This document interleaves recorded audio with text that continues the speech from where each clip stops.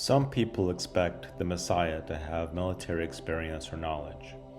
I don't think you would need to be a career soldier, but would have knowledge of international relations in order to navigate through peace and conflict.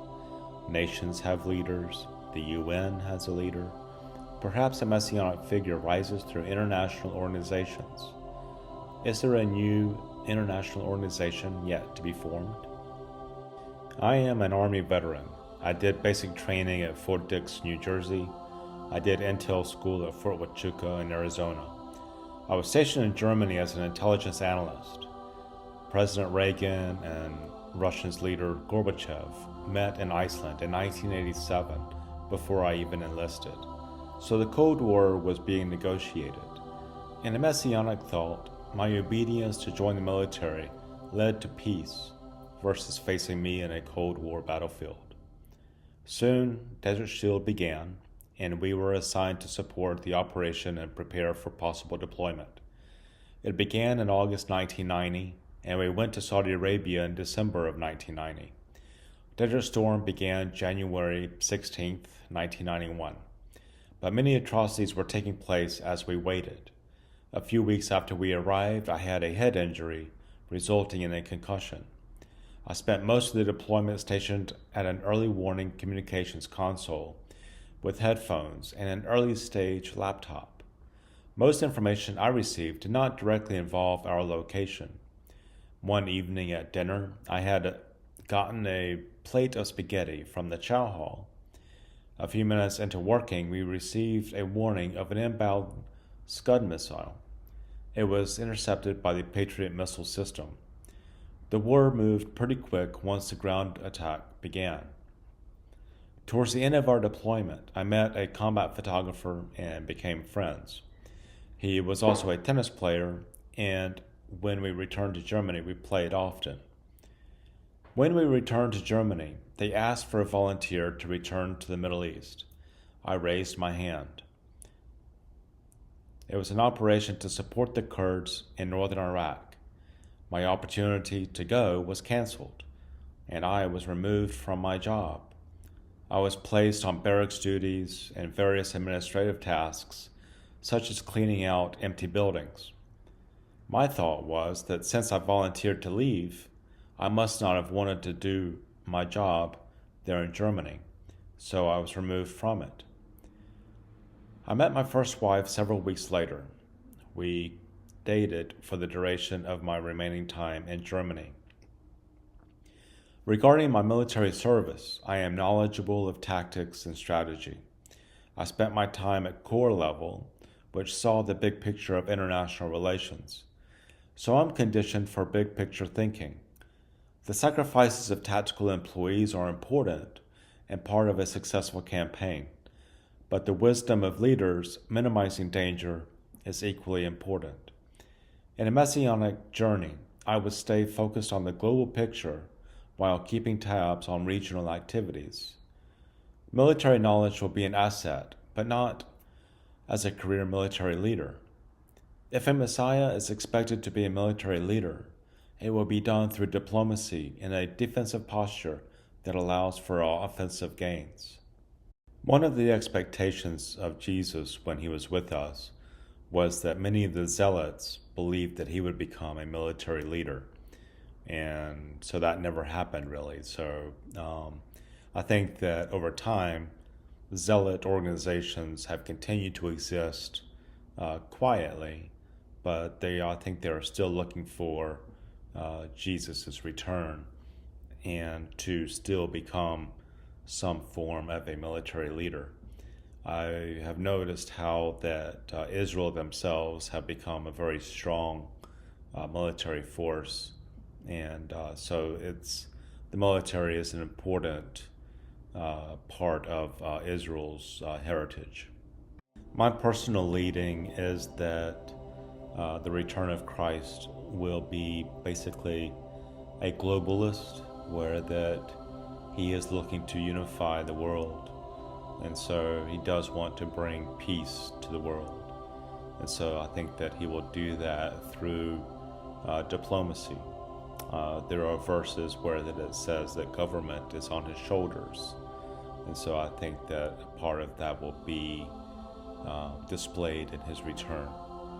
And so having military experience, I feel like that I can relate partially to the political scene, not so much as a politician itself, but related to it in some extent. I recently did run for a local office, but during the election process, I realized that the elected official was just a yes and no person. Whenever they go to meetings, all they're doing is voting yes or no. But there are committees which inform this elected official.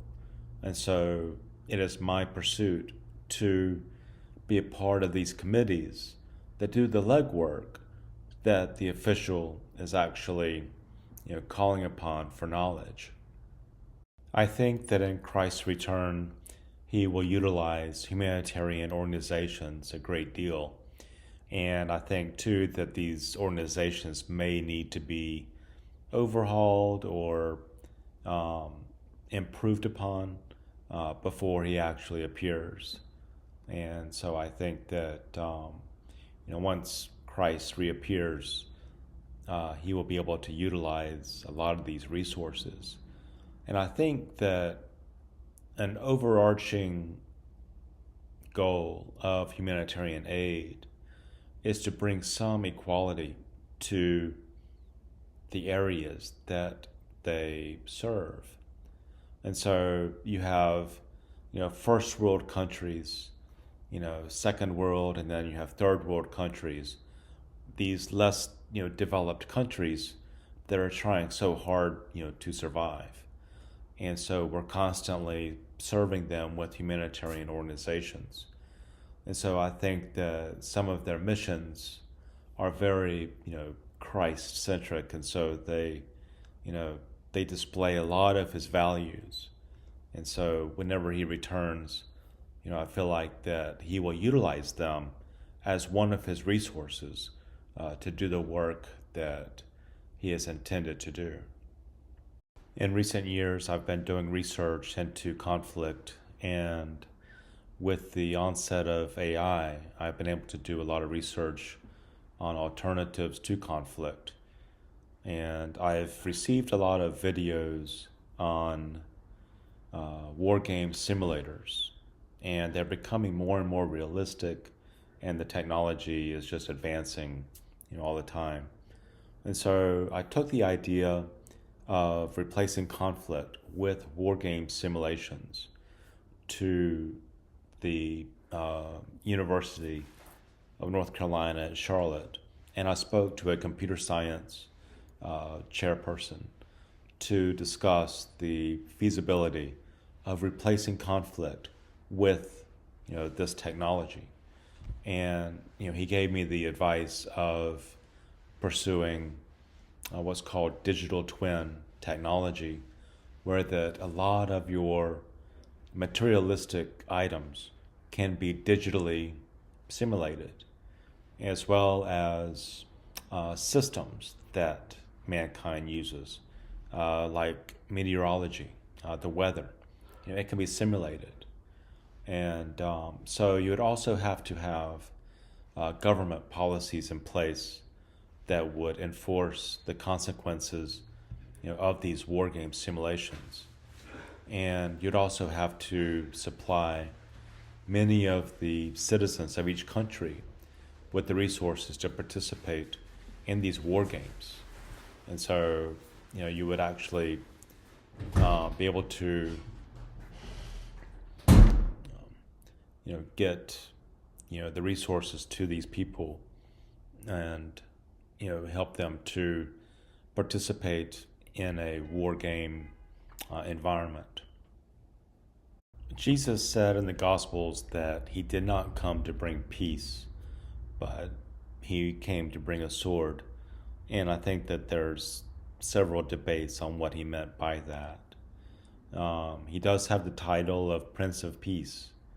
And so, upon his return, you know, how is he going to fulfill this role of, peacemaker or peacekeeper? What is it about peace that he is going to fulfill upon his return?